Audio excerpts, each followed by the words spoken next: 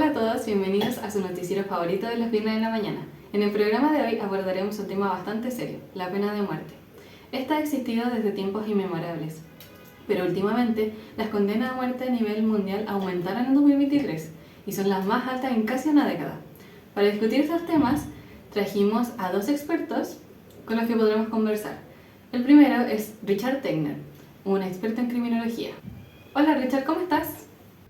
Hola, súper. Genial. Para comenzar, me gustaría preguntar si tú crees que nos dirigimos hacia un mundo sin la pena de muerte o lo ves como algo imposible. Bueno, para poder entender esta pregunta necesitamos hacer un recorrido histórico. Quizá un buen punto de partida sería el surgimiento de la famosa frase ojo por ojo, basado en la ley del talión en el 1700 a.C., en la época de los babilónicos. Esa es una frase muy famosa. ¿Por cuánto tiempo duró esta norma? Si bien fue una norma impartida en muchos lugares, no fue universal, ya que ciertos reyes, como uno budista y un emperador japonés, no aplicaron la pena de muerte en sus mandatos, lo que demuestra que desde la antigüedad se cuestionaba la necesidad de la pena de muerte. Ah, entonces, ¿cuándo dejó de regir realmente esta ley del ojo por ojo? El punto de inflexión llegó siglos después con una figura llamada Cesare Beccaria y su tratado de 1764, con su libro de los delitos y las penas. Uno de los argumentos que tiene es que los castigos deben ajustarse al delito y que la rapidez y la certeza del castigo eran clave para prevenir el delito, no su severidad. Y esto resonó realmente con los pensadores de la Ilustración. Ayudó a impulsar algunas reformas legales importantes. Entonces Beccaria sentó las bases del movimiento abolicionista moderno, podría decirse. Pero igual supongo que no fue fácil a partir de ahí, ¿o no? No, tienes razón. Incluso con estas nuevas ideas ganando terreno, la pena de muerte seguía profundamente arraigada a la sociedad. Pensemos por un momento en la Revolución Francesa. Al principio estaba en contra de la pena de muerte, luego ocurre el reinado del terror. Miles de franceses fueron ejecutados. Esto nos muestra lo complicado que es todo: ideales, políticas, agitación social. Es un recordatorio de que incluso las personas que apoyan ideas progresistas pueden tomar decisiones que parecen contradecir estas creencias. Y no podemos olvidar la Inquisición también, el uso brutal de la pena de muerte para imponer creencias religiosas. Es un crudo recordatorio de que la pena de muerte puede funcionar también como una herramienta de opresión, silenciando a la gente. Ah, entiendo. Y pasando a este periodo oscuro, ¿cuándo empezó a cambiar realmente la situación global en contra de la pena de muerte? Quizás lo situaría después de la Segunda Guerra Mundial. La gente realmente empezó a pensar diferente sobre los derechos humanos. La Declaración Universal de los Derechos Humanos, adoptada en 1948, fue un enorme cambio en distintos aspectos para el mundo, entre ellos la concepción que se tenía de la vida y la muerte. Se declaró el derecho a la vida como un derecho humano fundamental. Esto dio paso inicial para sentar las bases para un movimiento global contra la pena de muerte. Bueno, yo también traje algunas notas para analizar del panorama actual y muchos países han decidido abolir esta pena. 55 países todavía mantienen la pena de muerte en su legislación y las cifras del informe de Amnistía Internacional de 2023 muestran cifras alarmantes, de hecho. Durante este año se produjeron al menos 11.153 ejecuciones en 16 países y eso es un gran salto, más de 33% más alto que en 2022 y es la cifra más alta en toda la década. Bueno, para entender eso tenemos que mirar más de cerca regiones y países específicos. No es igual en todas partes. Algunos países son responsables de muchas de esas ejecuciones, Irán y Arabia Saudita. Por ejemplo, realmente destacaron en ese informe de Amnistía. Irán presentó un aumento exponencial en su número de ejecuciones, al menos 853 personas en 2023. Eso es un aumento de casi un 50% respecto al año anterior. Realmente preocupante. Entonces, con respecto a Irán, ¿qué hay detrás de esto? ¿Está ligado a ciertos tipos de delitos? Bueno, Amnistía dice que parece una estrategia del gobierno iraní utilizando la pena de muerte para crear miedo y control. Han estado reprimiendo las protestas y la pena de muerte parece ser parte de esto. Eso plantea preocupaciones sobre discriminación, aplicación desigual de la pena de muerte, persecución política y religiosa, entre muchas otras cosas. ¿Hay otros países sobre los que sea importante discutir cifras? Algunos países son China, Vietnam, Corea del Norte, pero mantienen en secreto sus cifras de ejecución, así que esas 11.153 ejecuciones de las que tenemos datos son probablemente solo la punta del iceberg. Podrían haber más de las que ni siquiera sabemos, lo que hace difícil comprender la escala de todo porque hay mucha falta de transparencia que dificulta mucho obtener una imagen completa. En cierto modo, se reduce a una cuestión moral. ¿Es correcto alguna vez quitar vida, incluso como un castigo por un delito? Este es un debate entre las posturas abolicionistas y las que están a favor de la pena de muerte. Porque los abolicionistas creen que el derecho a la vida es el derecho humano más fundamental. Existe riesgo de ejecutar, por ejemplo, a personas inocentes. Lo más grave es la imposibilidad de revertir una muerte. En cambio, los que están a favor de la pena de muerte tienen muy en cuenta la retribución de un delito, porque creen que algunos delitos son tan horribles que la muerte es el único castigo justo. Es un debate que da para mucho. ¿Y cómo se manifiesta esto en la vida real? Uno de los argumentos de los abolicionistas es que puede haber sesgo al momento de las ejecuciones y pueden estar basados en la raza o en la etnia.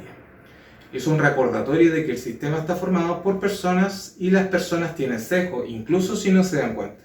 ¿Y qué hay del impacto psicológico? ¿Debe ser mucho igual para los involucrados?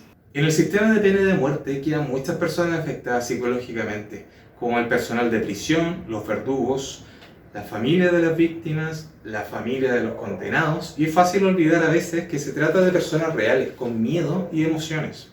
Sí, igual tienes razón, este tipo de pena afecta a muchas más personas que solo la víctima. Pero bueno, para terminar con el lado internacional, ¿cuál es la cosa más importante que quieres que se lleven los televidentes hoy?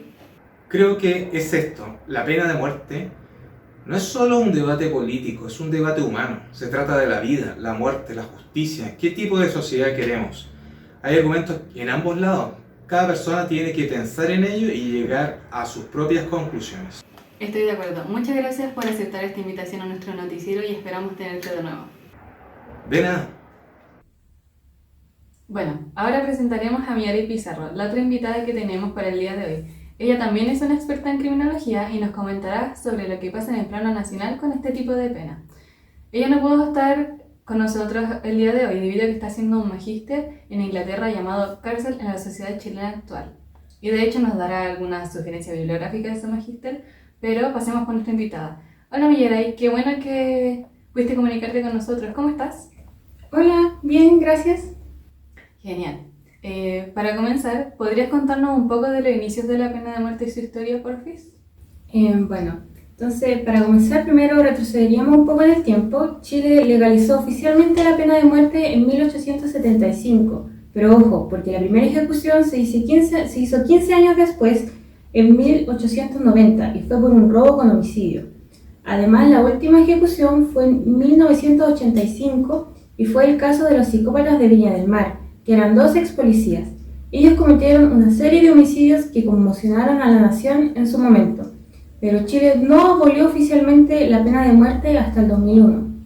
Qué interesante que hayan pasado tantos años. ¿Entonces se abolió totalmente? Sí, pero no. Fue abolida para delitos civiles, pero técnicamente se mantienen en el Código Militar y para delitos relacionados con el terrorismo. Pero la idea actualmente es que sea reemplazada por cadena perpetua. Pero, ¿por qué mantenerla en el Código Militar? Bueno, principalmente es para mantener la sensación de seguridad, especialmente en lo que respecta a la defensa nacional, para disuadir a posibles traidores o enemigos en caso de guerra. Interesante. Pero volviendo a la justicia civil, hablemos de los casos en que se haya sentenciado a pena de muerte. Claro, estos casos podrían ser el Chacal de Nahuel Toro. En 1960 asesinó a su mujer y a sus 5 hijos. Qué impactante ese crimen. Cuéntame más. Los antecedentes del Chacal jugaron un papel importante en la reacción del público en los debates que siguieron, porque se debió a pobreza extrema, analfabetismo y además él mismo fue víctima de abuso. El caso dio mucho para hablar en cuanto a la desigualdad social, la pobreza y el papel de la educación, porque lo interesante de esto es que mientras esperaba su ejecución, el Chacal aprendió a leer y escribir y expresó un profundo remordimiento, además de que encontró consuelo en la religión. Qué interesante cómo esos factores influyeron al punto de que sintió remordimiento. Sí, dividió la opinión pública. Algunos lo vieron como una rehabilitación genuina y otros sintieron que era demasiado tarde. Pero también tengo otro caso del que hablar, el de Mina Dubois, conocido como el Robin Hood chileno. Era un inmigrante francés que a principios del siglo XX atacaba y asesinaba a europeos ricos en Chile. Entonces, para él estaba siendo un héroe prácticamente. Sí, porque afirmaba actuar en nombre de los pobres, entonces se convirtió en un símbolo de rebelión contra el poder establecido, pero sus métodos seguían siendo violentos. Para algunos era un criminal romantizado, pero para otros representaba la justa ira de un sistema que percibían como injusto. Sí, igual me imagino que las opiniones estuvieron súper divididas, pero ¿qué le pasó al final a él? Dubois fue capturado, juzgado y condenado y sentenciado a muerte. Su ejecución fue en 1907, sin embargo su tumba es una especie de santuario. La gente todavía lo visita, dejando ofrendas, como si fuera un héroe popular. Me parece interesante porque este tipo de casos te hacen querer analizarlo de una manera más psicológica, tanto por el lado del criminal como por las percepciones de la sociedad. Porque cuando pasa algo así, la gente tiende a empezar a debatir del tema y pienso que a la psicología le interesa el por qué las personas hacen lo que hacen, sobre todo con conductas disruptivas como la de estas personas. Entonces la psicología se interesa más aún. Por ejemplo, ¿qué tiene que llegar a pasar en la mente de una persona para que tengan como un santo a un criminal violento? O en la historia de Chacal, cómo los factores psicosociales de aprender a leer, a escribir, hacen que él sienta remordimiento de lo que hizo, que podría hasta verse como un tipo de reinserción. O también el impacto que tiene la sociedad en estos casos al deshumanizar a los criminales. En verdad, pienso que es algo digno de estudiar. Sí, claramente hay muchos elementos ahí para estudiar y reflexionar, porque pienso que al final se trata de encontrar formas de hacer que las personas rindan cuentas, de brindar rehabilitación y de apoyar a las víctimas y sus familias. Bueno, hemos hablado de justicia restaurativa, de justicia transformativa. Estos son enfoques prometedores, que se centran en la sensación y en abordar las causas profundas del crimen, a diferencia de la justicia restaurativa del ojo por ojo y de buscar efectos disuasorios. De hecho, me gustaría recomendar un libro de Pagarini, se llama Historia del castigo, la imposible justificación. Básicamente dice que no hay una forma de justificar la pena de muerte, porque a menudo tiene menos relación con la justicia y más con la venganza o el control. Otro libro que les quiero recomendar es de Mikyu y Lu.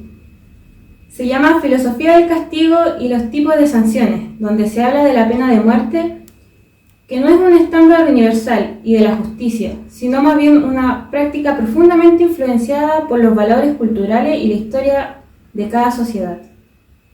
Muchas gracias por estas recomendaciones. Para terminar, yo igual quisiera agregar algo, que en cuanto a la evidencia a favor y en contra de la eficacia de la pena de muerte, aunque se argumenta que puede disuadir el crimen y prevenir la reincidencia, no existen datos empíricos concluyentes que respalden estas afirmaciones, mientras que los riesgos de errores judiciales, discriminación, costos excesivos cuestionan su legitimidad y eficacia. Pero ahora sí, muchas gracias Miaray por tu tiempo, esperamos que les haya gustado este segmento a nuestros televidentes y nos vemos el próximo viernes a la misma hora en el mismo canal.